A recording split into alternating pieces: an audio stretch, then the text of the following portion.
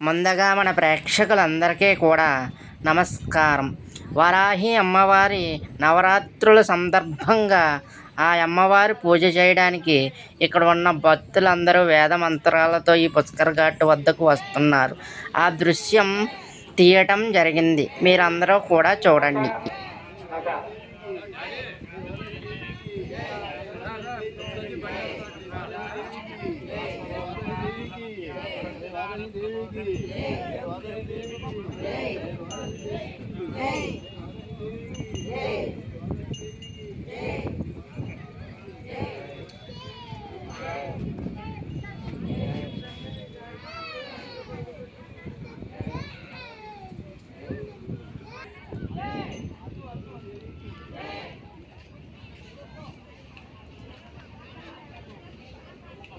మన హిందువుల యొక్క అతి పవిత్రమైన సాంప్రదాయం.